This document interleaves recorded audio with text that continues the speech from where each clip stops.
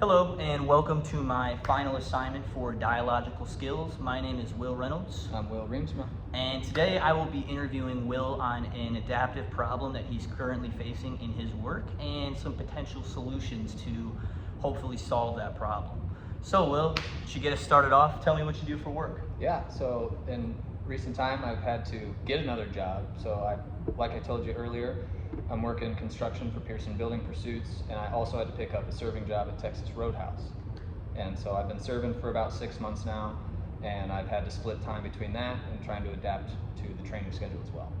Gotcha. So you currently work in 2 jobs right now. Mm-hmm. You were first working at that construction business, which opened you another opportunity to find a second job at Texas Roadhouse. Correct. And I also have had to do things in between all that to kind of, make enough money to pay the bills. Gotcha. Yes, you're wearing a lot of hats. Yes, sir. I guess focusing on the topic for today, what's changing in the world that's currently impacting your organization that's caused you to adapt? Yeah. So as we were talking about earlier, like these tariffs are getting tough on everybody, and if we're focusing in on Texas Roadhouse, what that could mean for us is we might not be able to buy as many steaks to sell. We might have to increase prices, and we might have to find new ways to bring people in.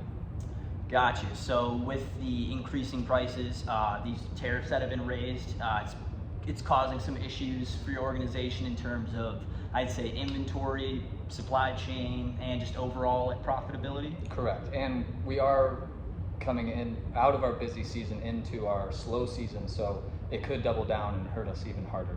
In the wintertime, we were packed, 2-3 hour waits at sometimes, and now we might be getting cut a couple hours earlier because there just aren't enough people coming through the door. Got you. So along with that lack of profitability, that's impacting, I'd say, scheduling hours and your ability to work a full week and make the money you need to pay the bills. Definitely, and that has caused me to try to find more work. Gotcha. So I guess, what are some ways that you or some people in your organization have tried to combat this change in your organization? Yeah, so what I'm hearing right now is we're going to try to add some things to our menu, whether it's new drinks, different food. So we're going to try to bring people in with different interests to try to make up for that loss.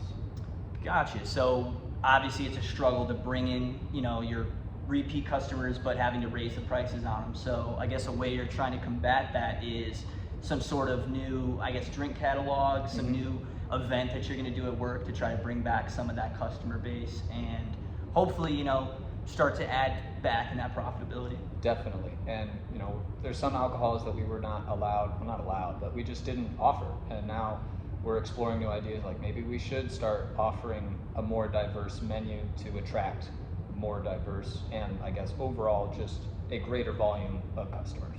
Gotcha. So I guess even though this has been a challenging, process for the business, it's opened you guys up to, I'd say, like a new strategy in terms of expanding your business and becoming a little bit more diverse. Yes, we've had to adapt, definitely. And we're trying to get ahead of that curve. And I think our management is in a good spot. We've got great managers, so they're trying to predict the future as best as they can, and we're going to try to supplement those losses as best we can. Yeah. Is this something that you found to be pretty similar with, how your fellow coworkers have reacted? Has anybody else had any other reactions? I say there's just more grieving and griping. I hate to say it, but people probably should work on their attitudes a little bit better, because you got to keep a positive attitude through the tough times as well. If even fewer customers are coming through the door and half, if not most of our staff has a frown on their face, or they've got something in the back of their head, that's going to affect the way they're going to be able to give service, and in return how much they're going to make in tips.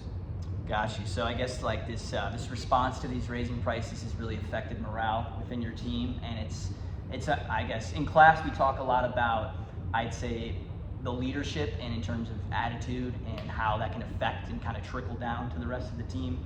Would you say that their response, like the grievances and the gripes, they've leaned more towards the negative and not the positive? That's what I've noticed. So I think, part of what I can do maybe as a good team player is just try to keep morale up, try to stay positive, say, hey, if we work together as a team and we adapt together and we use the tools that our management is giving us to compensate for these adaptive changes. Hopefully we can find a solution that works for everybody.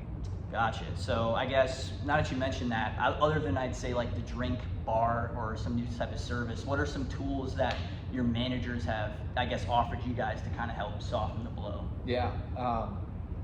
Well, as far as, if we're not talking about drinks, if we're talking about food, I guess I could speak on that a little bit. How we offer, I mean, we can get really detailed, as detailed as the amount of shrimp we're going to offer you. We used to only offer maybe 1 to 2 options, and now we're saying, okay, well, instead of only getting 5 or 10 shrimp, we're gonna say, okay, do you want 3? Do you want 9? Do you want 12? Do you want 15? So we're gonna try to lure people in. I know that's a strong word, but we're gonna try to convince these people that, hey, we're here for you. We're gonna try to still satisfy your needs in this restaurant. So let's make the change. We're gonna try to do our best to serve you so that you can do your best to give us your business.